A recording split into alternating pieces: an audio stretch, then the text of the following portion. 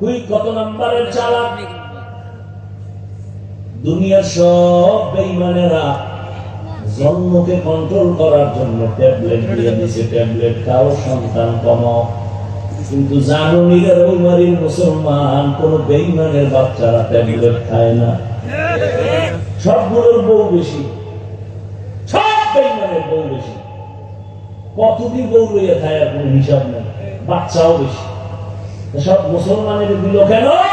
বেঈমানের উদ্দেশ্য মুসলমানের সংখ্যা কমাও, আমরা মাস্তানি করব।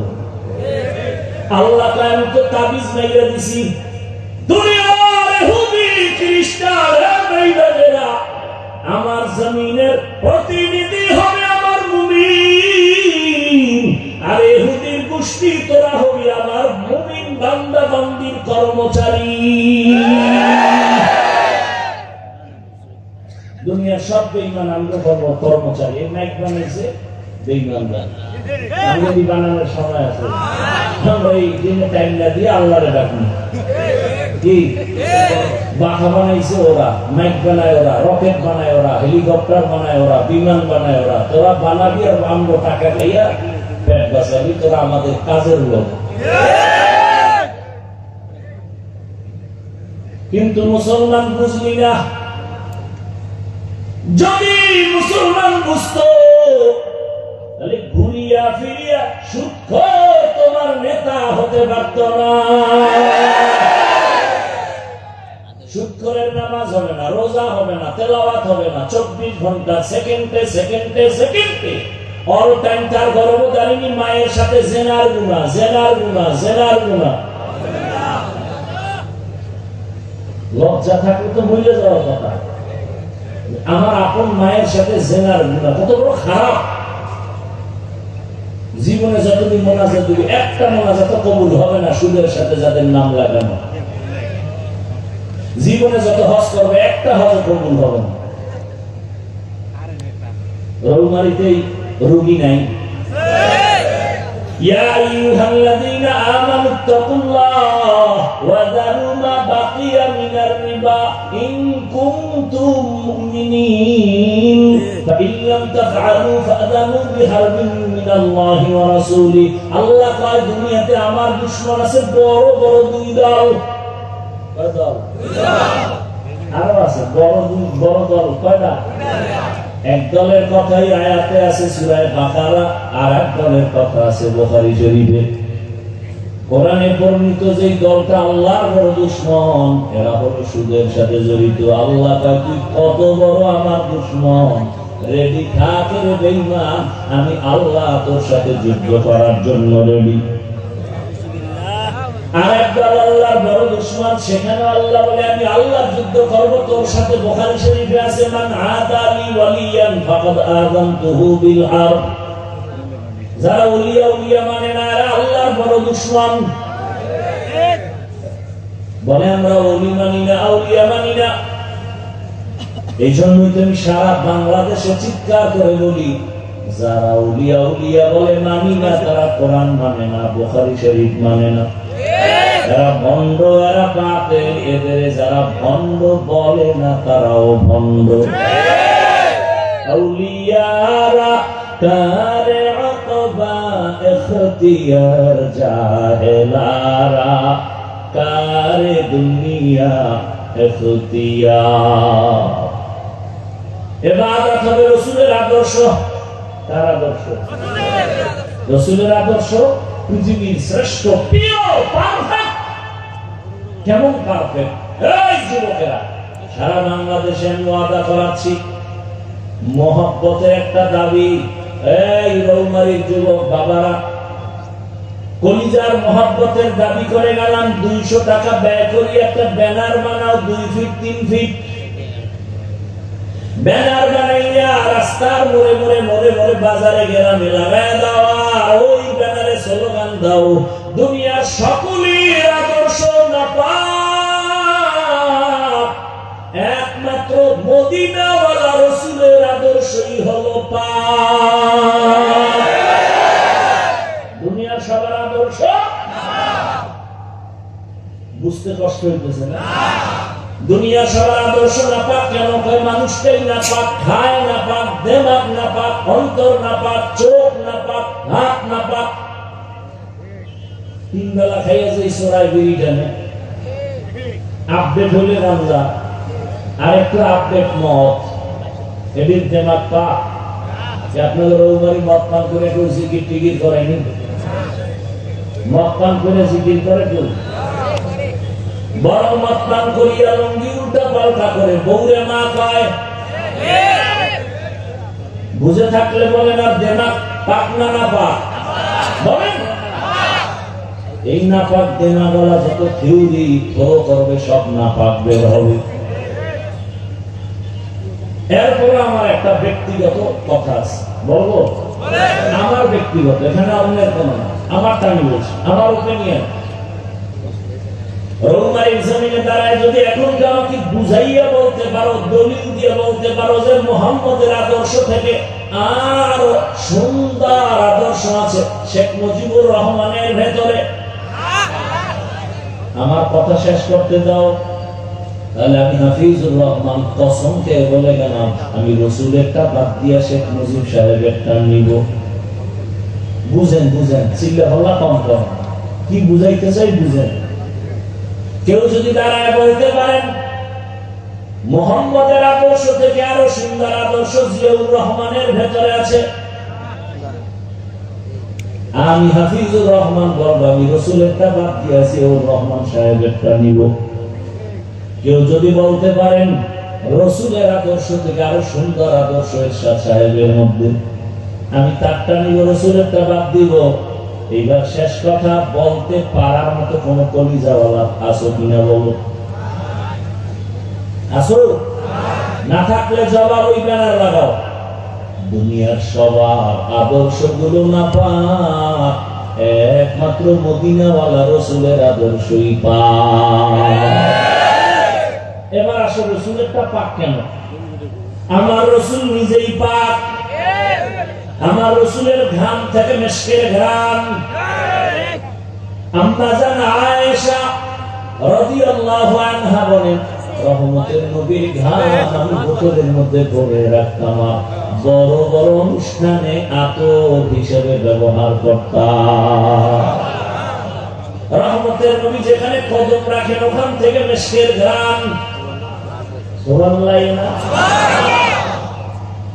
আমার নবী কেমন পাক বলেন তো? নবীর হায়াত কতদিন বলেন? কেমন একজন নবী পাইছো রে বাবা যার 63 বছরে ভুলেও কোনোদিন একটা মিথ্যা কথা বলা হয়নি। কেমন মায়ার নবী আমার, জীবনে কোনোদিন কাউকে একটা গালিও দেন নাই। হাজার বেঈমান আমার নবীর সামনে দাঁড়ায় গালি দেয়, কেমন রহমতের নবী একটা গালির জবাবও দেন নাই। কেমন মায়ার নবী আমার, দুইটা চোখ গরম করে নবী কারো দিকে তাকান নাই। কারণ আমার নবী যদি গরম চোখে কারো দিকে তাকায় ওই জায়গায় পুরিয়া ছাই হয়ে যাবে।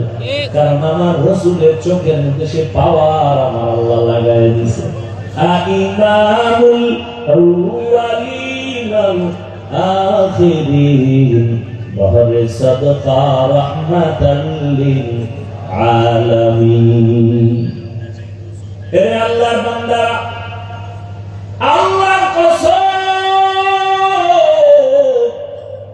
এই জমিনে যতক্ষণ পর্যন্ত রসুলের আদর্শ কায়েম হবে না ততক্ষণ পর্যন্ত এই জমিনে চাপাবাজি চলবে, শান্তি দিতে কেউ পারবে না।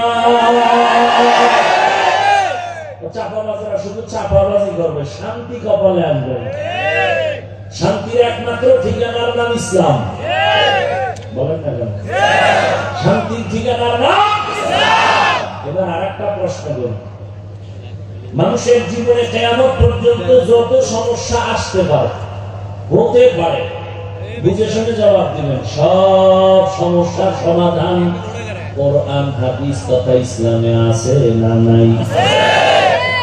বুঝেবেন, তাল মিলাইন না। মানুষের জীবনের সব বিষয়ের সমাধান, সব লাইনের সমাধান কোরআন হাদিস এবং ইসলামে আছে না নাই? অর্ধেক না পরিপূর্ণ?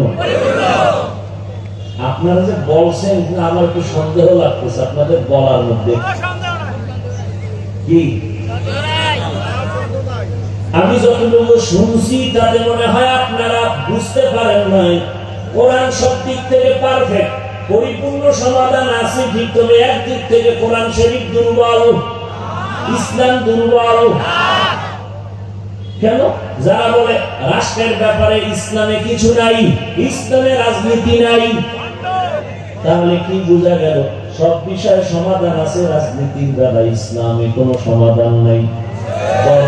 উমারের মুসলমান ব্যানার টানাওয়ার লেখো পৃথিবীতে রাজনীতি মানি পবিত্র রাজনীতির নাম ইসলাম, আর যে রাজনীতিতে আল্লাহ রসুলের আদর্শ নাই, ইসলাম নাই, ওটা রাজনীতি না, ওটা দুর্নীতি আর পেটনীতি।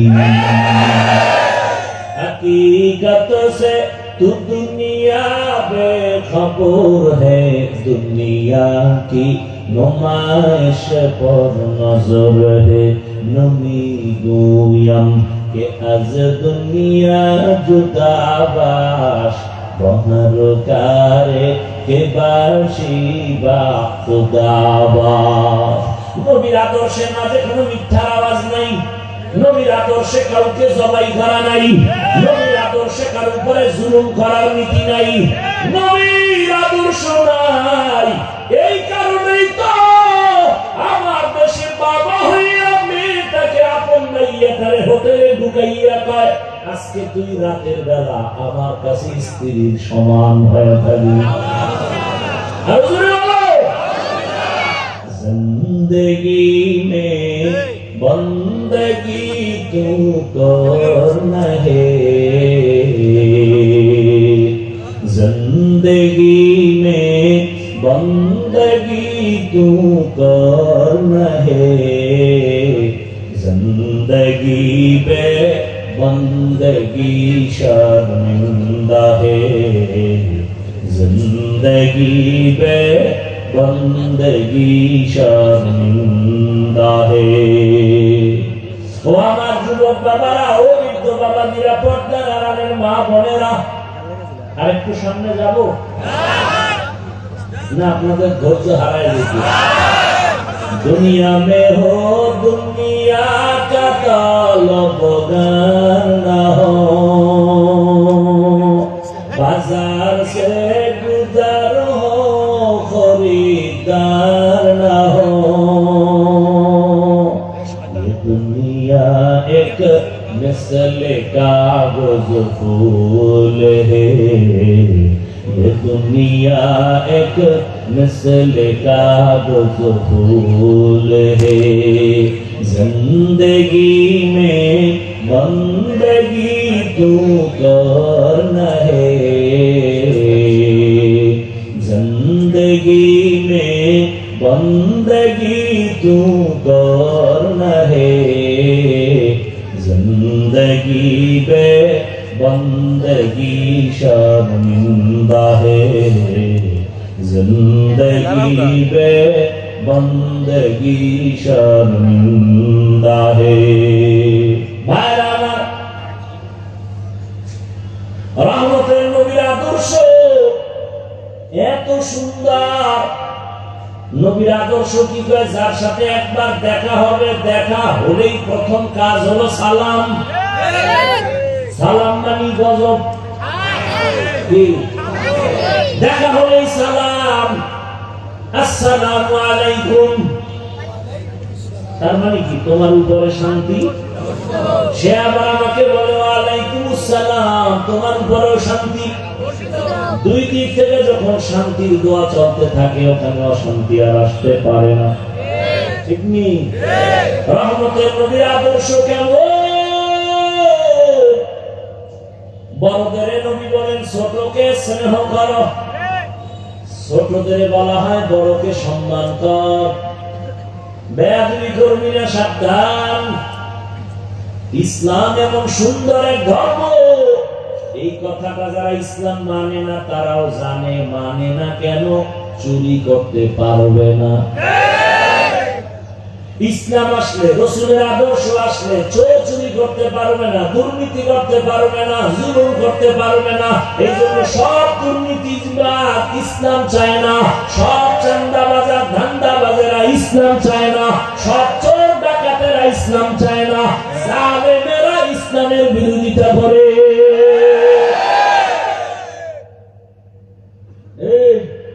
এমন দুনিয়াতে এখন আসছে কলমের কোনো দাম নাই, এখন কিন্তু আঙ্গুলের টিপের দাম, ঠিক নেই? জায়গা মতো দিও। এই টিপের পাওয়ার পাইয়া যাবে এমন কাউরে টিপ দিও না যে তোমার টিপের পাওয়ারে মানুষের জবাই করবে। এমন কাউকে টিপ দিও না যে তোমার আঙ্গুলের টিপ পাইয়া মা বোনকে ধর্ষণ করবে। সাবধান। আরে লঙ্গির মধ্যে গোবর লাগছে, গোবর গোবর চিনেননি? পাকনা না পাক?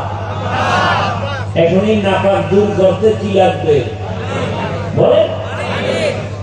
অচেনা পথে গোবর লেগে গেছে, নাপাক দূর করার জন্য ঘুরে কই পানি পাই, ঘুরতে ঘুরতে ঘাম ছুটে গেছে, পানি খুঁজে পাওয়া যায় না।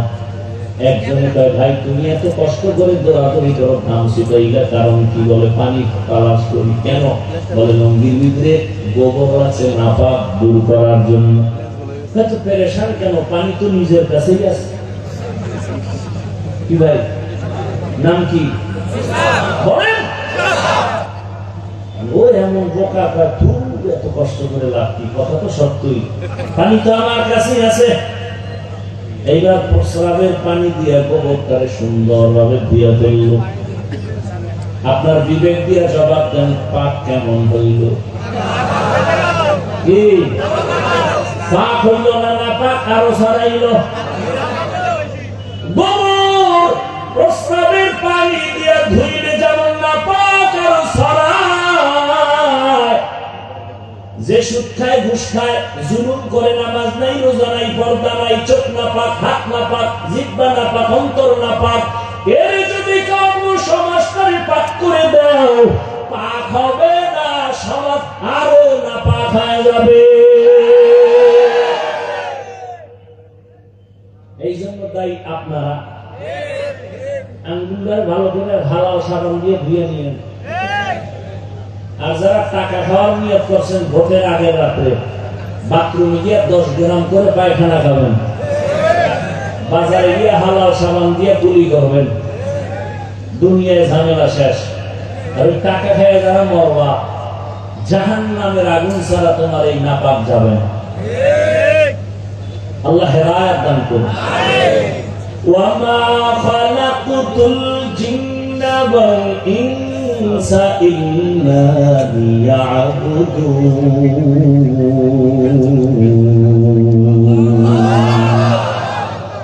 ও আমার যুবক বাবা, আমি যে কয়েকটা কথা বলছি, আল্লাহ বিবেক দিয়েছেন, সাফের নজরে একটু হিসাব করো যে হাফিজ ভাই যতটা কথা বললাম কোরআন সুন্নাহর আলোকে আমি মন গড়া কিছু বলছি এত বলতে গিয়েও কিন্তু আমি বলি নাই চরমনাইজ না গেলে জাহান্নামে যাইবা, তাবলীগ না করলে জাহান্নামে যাইবা, মাদ্রাসায় না পড়লে জাহান্নামে যাইবা, একবার বলছি? বলি নাই, বলিও না। বরং আমি তোমার বিবেককে নাড়া দিয়ে গেলাম, ও যুবক, তোমার মতো কত যুবক স্কুলে পড়ে, কলেজে পড়ে, 5 ওয়াক্ত নামাজি। তোমার কপাল কেন খারাপ? তুমি পারো না কেন? তোমার কপালে কার বদদোয়া লাগাইছো বলো? তোমার মতো যুবক র্যাব, আর্মি, পুলিশ, বিডিআর চাকরি করে দাড়িওয়ালা নামাজি অভাব নাই। বলো তুমি কেন পারো না? তোমার কপালে কার বদদোয়া লাগছে একটু বলো বাবা। বয়ান শুনে কি লাভ হবে? সারা রাত যদি ঘরের মধ্যে গিয়ে মোবাইল চালাও আর জেনা করো, ফজরে যদি না যাও, কয়দিনের যৌবনের বাহাদুরি করো। আজকে তুমি রৌমারির এখানে বসে আছো সুস্থ, আল্লাহ না জানি কালকে হতে পারো তুমি হসপিটালের রোগী। না জানি আল্লাহ কবুল করিয়েই ফেলায়, জানি না কার হায়াত কখন। ইদানিং কালে শুধু লাশ আর লাশ, বেশিরভাগ যুবকের লাশ। বাসায় গিয়ে যখন তুমি মোবাইল চালায় ঘুমাও, মা যখন ডাকবে হঠাৎ যদি দেখে তোমার শরীরের পুরাটাই ঠান্ডা শক্ত, মা একটা চিৎকার দিয়ে বলবে, আয় তোরা তাড়াতাড়ি, আমার বাবাই জিন্দা নেই। যুবক, চোখের সামনে কত যুবক চলে গেল, দেখো নাই, কত বন্ধু চলে গেল, খবর নাই।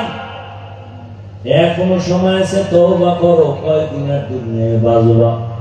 কয়েকদিন আগের খবর, ফেসবুকের গোলামেরা তো দেখছো রে বাবা, বিদেশ থেকে টাকা আর অলংকার নিয়ে আসছে, ঢাকা এয়ারপোর্টে নামার পর বাড়ির মেয়ে ছেলে সব আছে আগায় নিতে, বাবারে গাড়ির মধ্যে উঠে যখন সব আনন্দে বাড়ি যায়, বিদেশ থেকে বাবা আসছে, বিবিও আনন্দ, একই গাড়ির মধ্যে বাড়ি যাওয়ার আগে আগে রাস্তার পাশে গাড়িটা পরে পানিতে ডুইবা মরে গেল তার সন্তান স্ত্রী। ওই যুবক বাবা কান্না করে স্বর্ণের অলংকার আর টাকার কথা বলিয়া। মানুষ বিয়া করিয়া খাইয়া না খাইয়া বউ সন্তান নিয়ে থাকে, একটা আনন্দ। ওই বান্দা কাঁদে আর বলে, আমার কপাল বুঝি বড় খারাপ, আমি আমার বউ সন্তান রেখে বিদেশ গেলাম টাকা কামাই করার জন্য। আমার এমন কপাল কেন যে আমার হাতের উপরে আমার সন্তানটা মরিয়া গেল, আমার চোখের সামনে স্ত্রী মরে গেল, কেমন আমার কপাল। কয়দিন আর বাঁচবারে বাবা, দুনিয়া কিছুই না রে মুমিন। ওই 1 বছর বাংলাদেশে চিত্রাং নামে এক তুফান আসছিল, চিত্রাং, কুমিল্লা জেলার পাশে এক থানা। 8 বছর বিদেশ করে টাকা নিয়ে এসে 2 তলা ডুপ্লেক্স একটা বিল্ডিং করছে। আগামী শুক্রবার বিল্ডিং এ উঠবে, দোয়া পড়াবে, হুজুরকে দাওয়াত দিছে। ওভার ডিউটি করে কাজ কমপ্লিট, দ্রুত উঠবে। 2 দিন আগের খবর, এমন তুফান শুরু হয়ে গেল। বিল্ডিং এর পাশে একটা টিনের ঘর, একটা চকির উপরে বাচ্চা আর ওই যুবক আর তার স্ত্রী 3 জন। ঘুমের মধ্যে একটা বাতাসে গাছ কইরা 3 জনের বুকে চাপ লাগলো, জায়গায় শেষ। 2 দিন পরে ঘরে উঠবে, আর উঠা হয় নাই। ও যুবক, কালকে যদি এমন অবস্থা তোমার ইন্তেকাল হয়, এই ঘড়িটা হাতে দিছি হাফিজুর রহমানের ঘড়ি, কালকে এমন সময় ঘড়িটা আরেকজনের হাতে দিয়ে বলবে, এই ঘড়ির মালিক আমি। আমার মোবাইলটা আরেকজনের হাতে নিয়ে বলবে, মোবাইল আমার। আমি যারা এত আপন বন্ধু মনে করছি, সেও নাম্বারটা ডিলিট করে বলবে, বন্ধু নাই, নাম্বারও নাই। বাবা কান্না করবে আর বলবে, ইমাম সাহেব তাড়াতাড়ি আসেন, আমার সন্তান মরে গেছে, জানাজা দেওয়া লাগবে। এই যুবক, দেখবি তো খুব, আরে তোর আত্মীয় স্বজন সবাই পেলেট দিয়া গেঞ্জিটারে কেটে কেটে তুলে ফেলবে। ওই তোর মজার ঘড়ি আর মোবাইল সব কইলা। বাবাই বলবে, তাড়াতাড়ি একদল যা, বাড়ির পেছনে বাগানে কবর খনন কর। আর এক দলকে বলবে, গরম পানি কর জীবনের শেষ গোসলের জন্য। কেউ যে পাঠাবে, বাজারে যা কাফন কিনে নিয়ে আয়। যখন তোমাকে ঘর থেকে নামাইয়া গরম পানি দিয়া গোসল করাইয়া মসজিদের খাটে উঠাইয়া সাদা কাফনের প্যাকেট বানায় নিয়ে যাবে জানাজার ময়দানে, মা জানালা দিয়া চিৎকার দিয়া বলবে, আমার বাবারে তোরা কই না, বিদায় বেলা শেষ বার একটু চেহারাটা দেখাইয়া যাও। আমার বাবা আমার আম্মু বলিয়া ডাক দিলে কলিজা ঠান্ডা হয়ে যাইত, এখন আমারে কে আম্মু বলে ডাকবে? এই যুবক বাবারা, ওই ঢাকার শহরে উত্তরায় মাইলেস্টন স্কুলের বিমান দুর্ঘটনায় কত মানুষ পুড়িয়া গেল। আমি জুমা পড়াই এক মসজিদে, ওই মুসল্লি তার স্ত্রী মরিয়া গেছে পুড়িয়া। স্ত্রী গেছে বাচ্চাকে আনার জন্য, বাচ্চা অন্য গেট দিয়া বের হয়ে আসছে, মা গেছে আর এক গেট দিয়ে বিয়ে আটকায় গেছে, আর বের হইতে পারে না। ওই বাচ্চাটা কান্না করে আর বলে, যে আম্মু বলে কাকে ডাকবো? গত জুমায় তার বাবা আমার পিছনে নামাজ পড়লো, জিগাইলাম, ভাই কি খবর, বাচ্চাদের কি হালাত? ওটা চোখের পানি ছেড়ে কান্না করে বলে হুজুর কি বলবো, ডানে তাকায় বামে তাকায় সব পায়, মায়ের আদর পায় না, মা বলিয়া ডাক দিতে পারে না। ও আমার যুবক, দুনিয়া কিছুই না, কোন দিন ডাক আসবে বলা যায় না রে বাবা।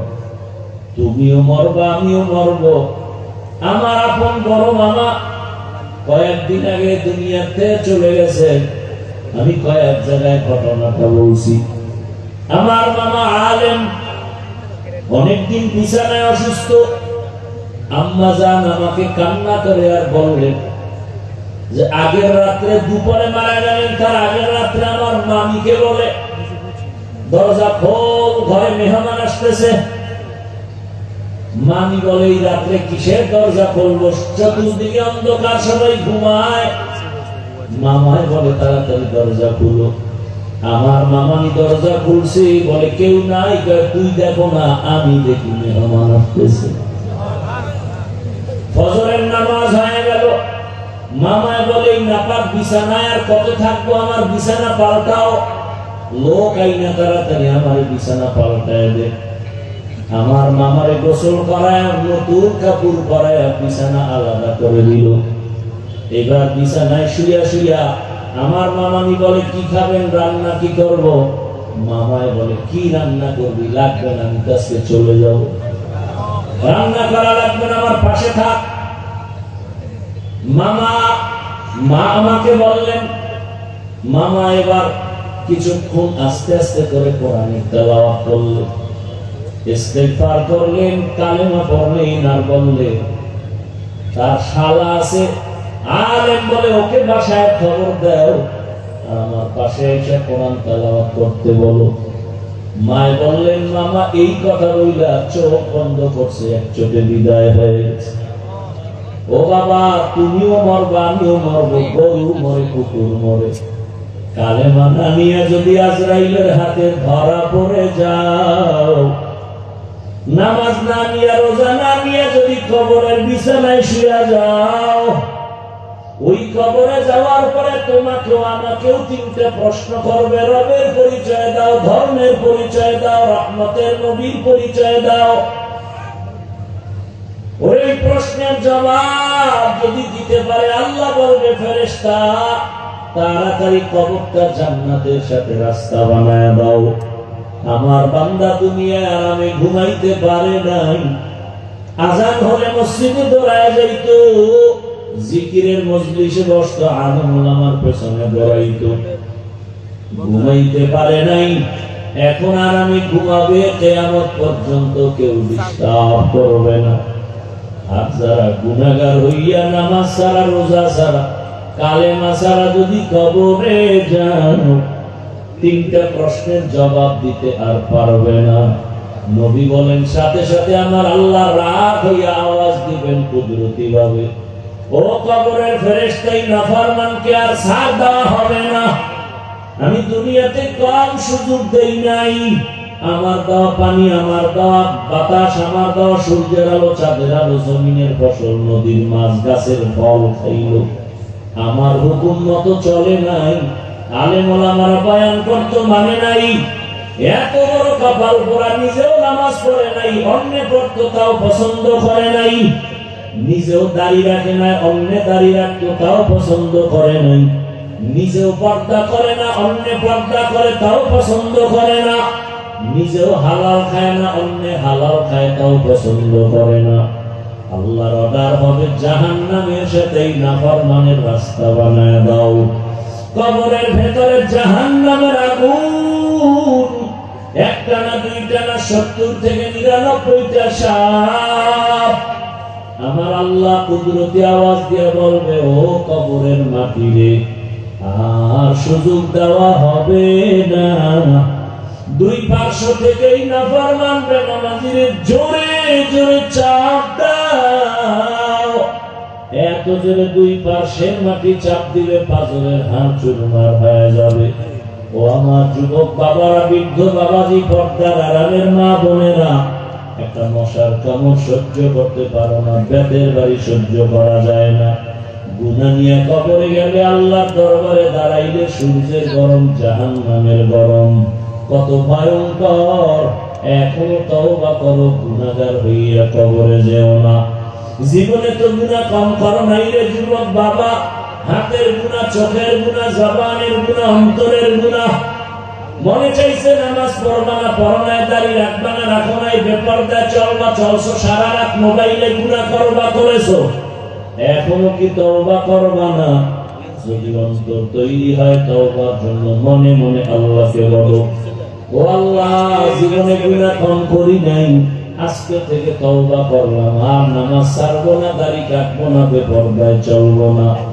মা বাবার দোয়া নিয়ে, শিক্ষকের দোয়া নিয়ে, ওলামায়ে কেরামের পরামর্শ নিয়ে, নবীর আদর্শ মেনে চলবো।